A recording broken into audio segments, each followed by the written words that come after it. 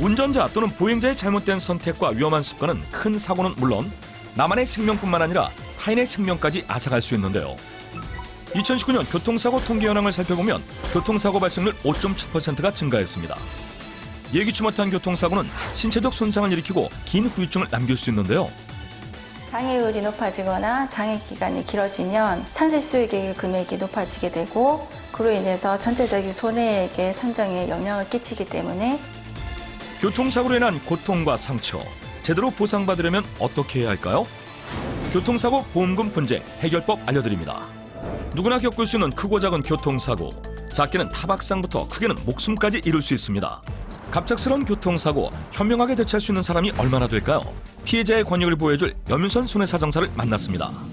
교통사고와 같은 보험사고가 발생했을 때 가해자가 가입돼 있는 보험회사에서 보상을 하기 때문에 피해자 입장에서 충분하게 손해사정액을 산출을 할 수가 없어요. 그때 손해사정사가 정확하게 확인을 하고 그 보험금을 정확하게 산정하는 그런 일을 하고 있습니다. 교통사고를 당했을 때 피해자가 정당한 보험 혜택을 받기까지는 넘어야 할 산이 너무나 많은 것이 현실인데요. 끊이지 않는 교통사고 보험금 분쟁, 사례를 통해 알아볼까요?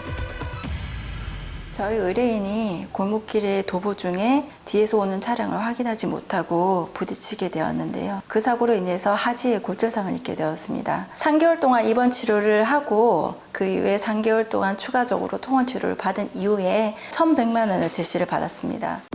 교통사고로 인한 골절사고로 오랜 기간 치료를 받은 피해자, 적정한 보상을 받은 걸까요?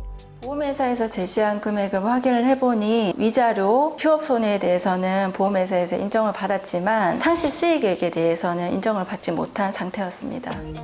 상실 수익액이요?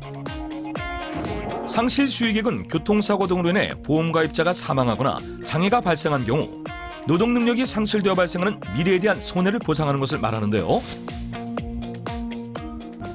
나이, 소득 등에 따라 달라지며 월평균 현실 소득액의 노동 능력 상실률과 노동 능력 상실 기간에 해당하는 라이프 니츠 계수를 곱하여 산정합니다. 예를 들어 200만 원의 소득을 가지고 있는 피해자가 10%의 노동 능력을 3년간 상실되었다고 했을 때 이 금액을 산출했을 때 700만 원 정도의 금액이 산출이 되는 거죠. 장애율이 높아지거나 장애 기간이 길어지면 상실 수익액의 금액이 높아지게 되고 그로 인해서 전체적인 손해액의 산정에 영향을 끼치기 때문에 후유장에 대한 평가를 공정하고 공평하게 받아야 될 필요성이 있습니다. 적정한 상실 수익액을 받기 위한 방법은 뭘까요?